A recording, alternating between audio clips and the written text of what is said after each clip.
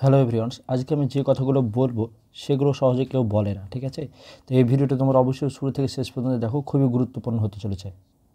তো যারা gen pass বা এনএমজি অর্থাৎ নার্সিং করছো কিংবা করবে ভাবছো, ঠিক আছে, তো তাদের জন্য এই ভিডিওটি, যে গভর্নমেন্ট কলেজ ভালো না প্রাইভেট কলেজ ভালো। তো সবাই বলবে যে গভর্নমেন্ট কলেজই ভালো। তো ইন জেনারেল সেটা সবাই, সেজন্য তো কম্পিটিটিভ পরীক্ষা সবাই অ্যাটেন্ড করছে এবং একটা যুদ্ধ চলছে এক প্রকারে তাদের মধ্যে, যে কীভাবে আমরা গভর্নমেন্ট কলেজ পাবো। তবুও আমি আজকে এই ভিডিওটা করছি কারণ কিছু মানে রিয়েলিটির বিষয়ে জানতে হবে, যেগুলো হচ্ছে যে কেউ বলে না। দেখো, আমরা শুরু করি সেই বিষয় নিয়ে। এই নার্সিংয়ের ভর্তি হওয়ার ব্যাপারটা 2022-এর পর থেকে বেশি এসেছে, ঠিক আছে? কারণ 2022 বা তার আগে এবং 2023-এ যে রিক্রুটমেন্ট হলো সেই কারণ থেকে নিয়ে অনেকে এই নার্সিং করার জন্য ঝুঁকে গেছে, এবং 2022-এর পরে কত যে প্রাইভেট কলেজ গজিয়েছে তা ঠিক নেই। তো আমরা সেই বিষয়ের জন্য আজকের ভিডিও।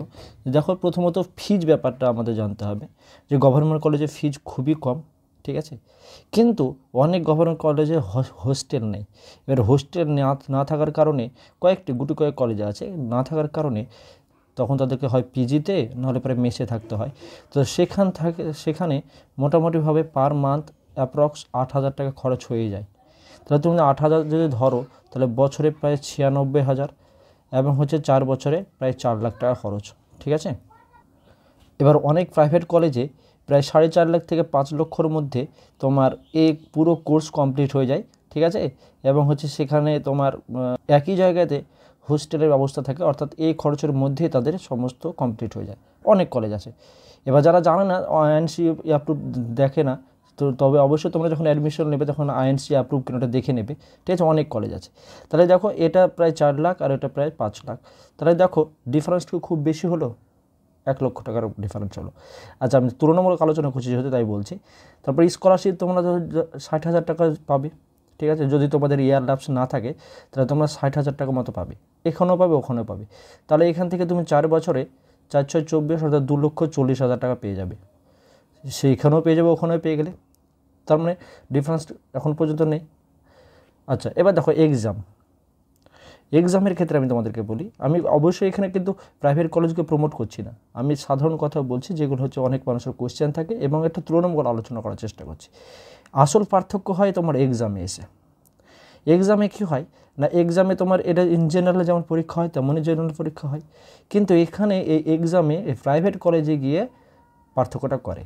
কারণ অনেক প্রাইভেট কলেজে, আমার কাছে খবর আছে, অনেক প্রাইভেট কলেজে এই যে ফার্স্ট সেমিস্টার এক্সাম হলো, ঠিক আছে, অর্থাৎ এক্সামের সময় তাদের অ্যাকচুয়ালি পড়াশোনা তো খুব ভালো হয় না প্রাইভেট কলেজে, ইন জেনারেল পড়াশোনা খুব ভালো হয় না, ব্যতিক্রম থাকতেই পারে, তবে পড়াশোনা খুব ভালো হয় না। তো সেই কারণ থেকে নিয়ে তারা এক্সামের সময় অতটা অ্যাক্টিভ থাকতে পারে না বা অ্যাক্টিভ থাকে না, সেই কারণ থেকে এদের পরীক্ষা ভালো হয় না। কিন্তু যেহেতু প্রাইভেট কলেজ, তাই আমার কাছে খবর আছে অনেক কলেজেই বই দেখে লেখে, ঠিক আছে? বই দেখে লেখে। তাহলে এখানে তোমার কি হয়ে গেল, পরীক্ষার ক্ষেত্রে এদের সহজ হয়ে গেল। ইভেন এরকমও খবর আছে যে যেহেতু তাদেরকে দেখতে দেওয়া হয়নি, ওখান থেকে আন্দোলন করেছে, ঠিক আছে? এবার যেহেতু আন্দোলন করেছে, যেহেতু এটা প্রাইভেট কলেজ, তাদের তো ছাত্রের নিয়ে তো ব্যবসা, তাহলে সেক্ষেত্রে ছাত্র যদি কেটে পড়ে তাহলে সেক্ষেত্রে তাদের লাভটা বেশি হবে না, ওইখান থেকে এক্সামে দেখিয়ে এক্সামের ব্যবস্থা করা হয়েছিল। এরকম অনেক কলেজ আছে। তো অনেক কলেজকে, প্রায় সব কলেজে এরকম হওয়ার সম্ভাবনা আছে। অনেক কলেজ যেহেতু বলছি, তাহলে সে সমস্ত কলেজে নাম্বারটা বেশি পেয়ে যাবে। এবার এই নাম্বার বেশি পাওয়ার কারণে তোমার একাডেমিক স্কোর ওর মধ্যে অনেক পার্থক্য চলে আসবে। দেখো, তোমাদের যখন তোমরা জবের জন্য অ্যাপ্লাই করবে, সেখানে তো একাডেমিক নাম্বারটাই মেন। এবার একাডেমিক নাম্বারে তোমার ইন জেনারেল প্রাইভেট কলেজকে গভর্নমেন্ট কলেজ পারবে না। অনেক ভালো স্টুডেন্ট আছে, অনেক ভালো রেজাল্ট করবে, অবশ্যই ভালো করবে, কিন্তু এখানে অর্ডিনারি স্টুডেন্টও ভালো রেজাল্ট করে নেবে। তাহলে যেহেতু এই তোমার জবের জন্য একাডেমিক স্কোর খুবই গুরুত্বপূর্ণ, সেখানে গভর্নমেন্ট কলেজ প্রাইভেট কলেজকে ইন জেনারেল পারে না।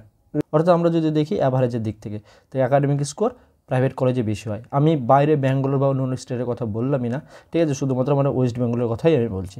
তাহলে এবার দেখো, জব আফটার কমপ্লিট বিষয়ে, তুমি ধরো গভর্নমেন্ট কলেজ থেকে করে আসলে, যদি তোমার রিক্রুটমেন্ট না শুরু হয় তাহলে সেক্ষেত্রে তোমাকে বসে থাকতে হবে। কিন্তু অনেক প্রাইভেট কলেজ কী হয়, যে তাদের নিজস্ব স্টুডেন্টকে তাদের নিজের হাসপাতালে জব করার একটা সুযোগ দেয়, তাহলে সেই কারণ থেকে ওরা এখনও এগিয়ে যায়, ঠিক আছে? তাহলে এত কিছু বিষয় আছে, আমি তোমরা সব মেনলি ধরো যে টাকা, ঠিক আছে, তুমি গভর্নমেন্ট কলেজে অনেক জায়গাতে যেহেতু হোস্টেল না থাকে, সেই হোস্টেল না থাকার কারণে খরচটা অনেকটাই পড়ে যায়। যারা করছে তারা অবশ্যই জানে, তোমরা যদি কোনো দিদি বা দাদা এরকম করে তারা তাদের সাথে খোঁজ নিতে পারো। এবার কনক্লুশন আমি বলতে চাই যে আমি অবশ্যই প্রাইভেট কলেজকে প্রমোট করছি না, আমি আবারও বলছি, কিন্তু হচ্ছে যেহেতু জেনারেল ফর্মে প্রাইভেট কলেজেই নাম্বারটা বেশি চলে আসে, এবার জবের ক্ষেত্রে তোমার নম্বরটাই তো মেন, এবার নম্বরটা যদি বেশি হয়ে যাচ্ছে তো তাই এরা জব অপরচুনিটি বেশি পায়। তাহলে এই ক্ষেত্রে আমি অবশ্যই বলবো সবাইকে এদিকে খেয়াল রাখতে হবে যাতে করে এক্সামের মধ্যে এরকম দ্বিচারিতা না হয়, কিংবা এরকম দেখে দেখে পরীক্ষা দেওয়ার ব্যবস্থা যেন না থাকে। এগুলো নিয়ে অবশ্যই ঊর্ধ্বতন কর্তৃপক্ষকে অ্যাক্টিভ হওয়া উচিত, তাহলে অন্তত এই গভর্নমেন্ট এবং হচ্ছে প্রাইভেট কলেজের মধ্যে সম্মত আসবে।